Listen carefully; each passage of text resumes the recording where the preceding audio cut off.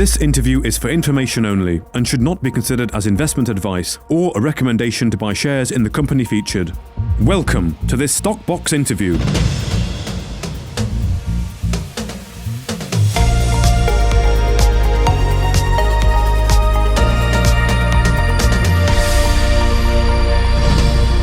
Hello, welcome to Stock Box. Joining me today is Richard Conroy, the chairman of Karelian Diamond Resources. Now, after the company has announced that the Finnish Land Court has made a decision regarding appeals by two landowners relating to the Jäätteenjoki diamond mine project in Finland. Hi, Richard. Hello, Pam. Good to see you. Hi, great to have you with us today. Now, the Finnish Land Court has upheld the original mine boundary decision. This is good news. It is How very good news. crucial would you say that this finalisation of the progress of the Jäätteenjoki diamond mine project, and what are the next steps in development?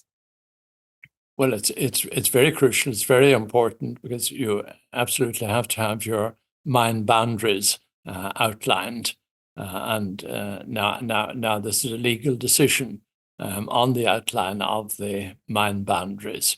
So that brings us a very long way forward indeed. So it's a very big step, very important step in the development of a mine at Jäätteenjoki. Yeah, and I do know from when we've spoken in the past that you've been anticipating this decision for a while. So it was just a case of really going through that, and now it's been rubber stamped, and the decision has been made in your favour. Very much so. So we're delighted with that. It's taken a long time, but that's the process one has to go through. Wonderful. Nice to see it when it happens. Yes. Well, the Jäätteenjoki diamond mine is also set to become the first diamond mine in the European Union. So what significance does this hold, both for Karelian Diamond Resources and the broader Kuopio-Kaavi region? Well, for the broader Kuopio-Kaavi region, it is quite important. Finland's population, by and large, is concentrated in the southeast. It's quite a big country, bigger than one might think, but most of it is forestry and agriculture to a certain extent. So any extra industry, which of course the mine would bring, is very important, and it's a lucrative industry. And as well as that, of course, you have a spin-off in other things that are associated with such a development. And it's also environmentally, of course, totally free from anything obnoxious. You're just dealing with carbon. So it's a very, very, very good all round, I think, from that point of view, including the company, of course. Wonderful. Yes, of course. Now, this diamond mine also has very rare pink and coloured diamonds. So how do you anticipate these unique resources, because of course this is rare, it will influence the market position and profitability of the mine? Do you think that it will, what significance does this actually hold, the fact that it has these rare pink and coloured diamonds? It's a very considerable significance. Obviously, in diamonds, you like to have clear, translucent diamonds, and we have those at Jäätteenjoki, and we have them in abundance. But on the other hand, if you can have diamonds like that, which in addition have a color, particularly the pink sort of colors, those are regarded, rightly so, as particularly beautiful and particularly expensive. They can run into 10, 20, 30, even 60 times the price of a normal, really, really good, nice 1-carat diamond. So it's very significant in terms both of marketability and obviously in cash terms.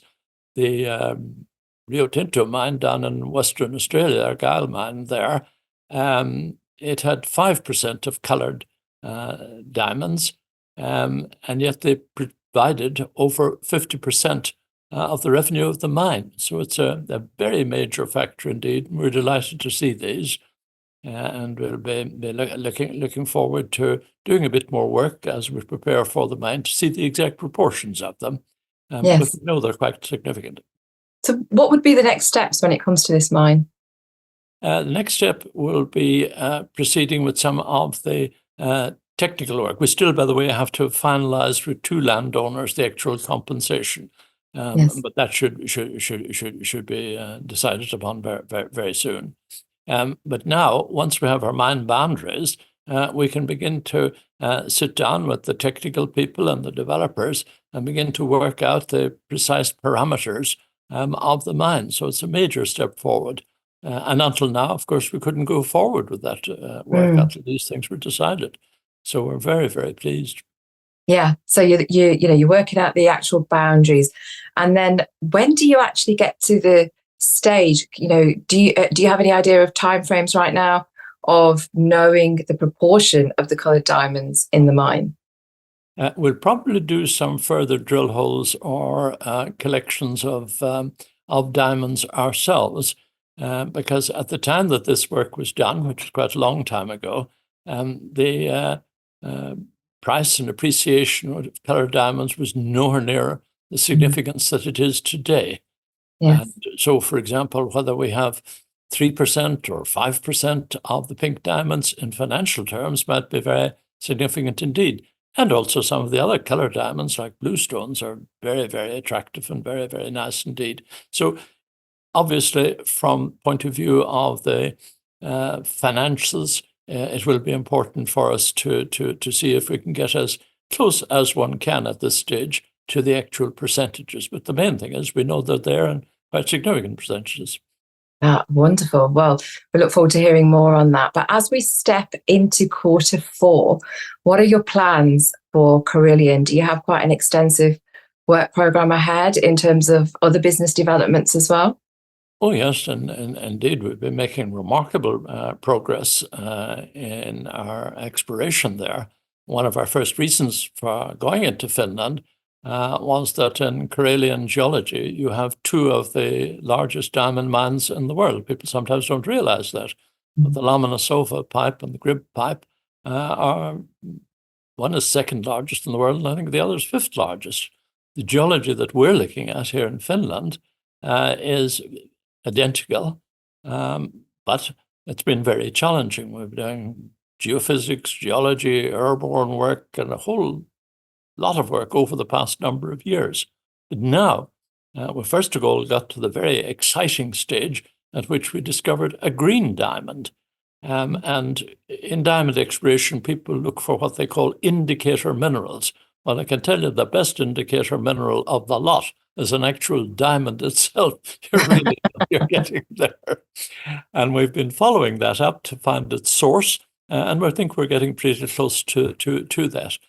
So that'll be one part of our work, the exploration work in Finland, as well as going ahead with the mine itself.